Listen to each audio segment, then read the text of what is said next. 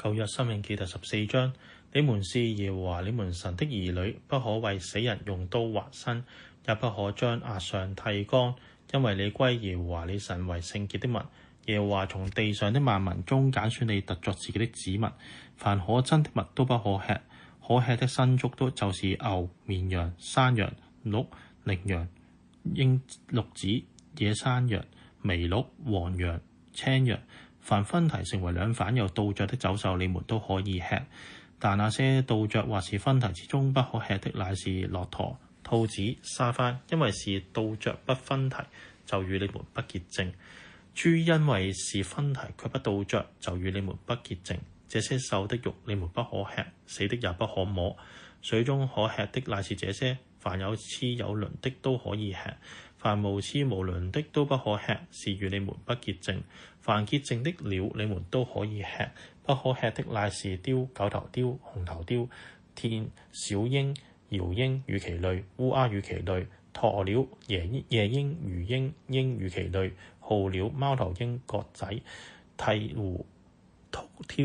禿雕、鳥翅、鸛、鷺鷥與其類、帶蠹與蝙蝠。凡有翅膀爬行的物，是與你們不潔淨，都不可吃。凡潔淨的鳥你們都可以吃，凡致死的你們都不可吃，不可以給你城裏寄居的吃，或賣與外人吃，因為你是歸耶和華你神為聖潔的民。不可用山羊羔母的奶煮山羊羔。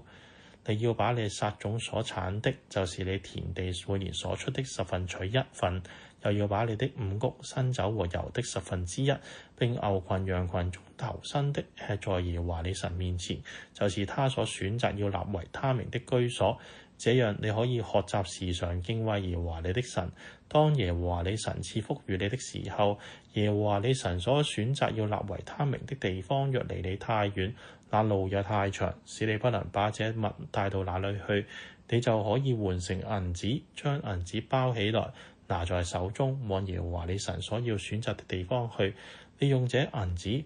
隨心所欲，或買牛羊，或買清酒濃酒，凡你心所想的都可以買。你和你的家屬在耶和華你神的面前吃喝快樂。住在你城裏的利未人，你不可丟棄他，因為他在你們中間無分無業。